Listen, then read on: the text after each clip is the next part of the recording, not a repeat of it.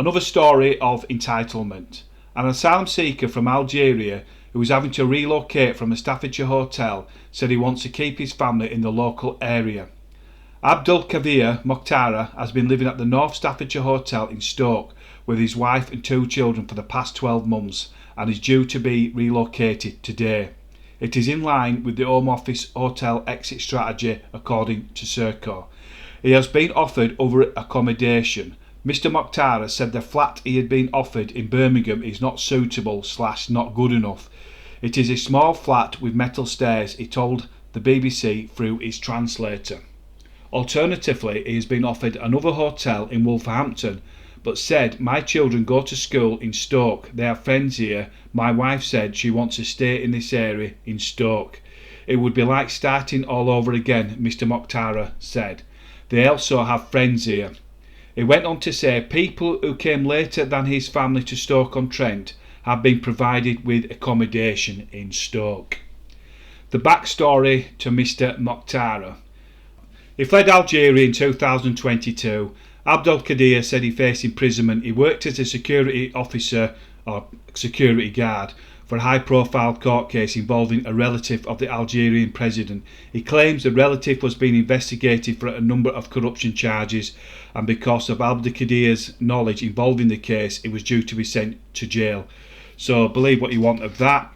So in November of 2022, he made the decision to flee and bought a plane ticket to the UK. He arrived in London with his family and stayed a number of weeks on a tourist visa before applying for asylum. Following his application, the Home Office placed him and his family in the North Stafford Hotel in Station Road in February 2023. He said moving to another city would be very difficult for his family, who had made roots in the potteries, saying they'd only been there less than a year, where his children go to school. Abdelkader shared a medical report in which he stated that during the family's time at the hotel, his child broke his arm when he fell down the stairs, and his 40-year-old wife suffered 2 miscarriages and now suffers PTSD from her losses. So they're still trying to have more children in that short space of time, which I find quite staggering, to be honest with you.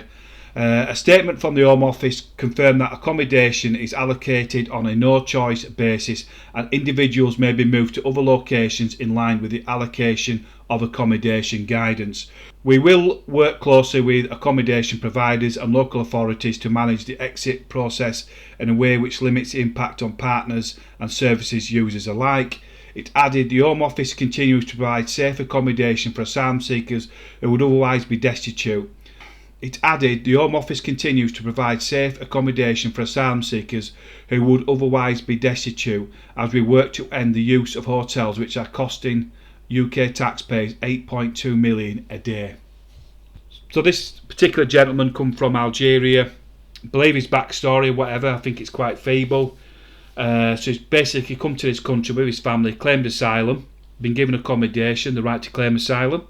He's been in the Stoke area, or that particular hotel, which I'm only quoted from various articles for about a year, or less than a year. Then he goes on to talk about his wife, who's had 2 miscarriages in that short space of time. And he's also been offered permanent accommodation, which is a flat, which is in Birmingham, which is not to his liking, because more than likely he's actually seen his friends or people he knows who've been given a better accommodation, i.e. a house in that particular area.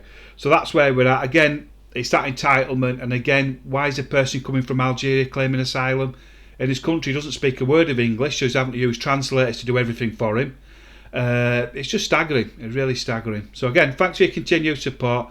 God bless and take care till next time.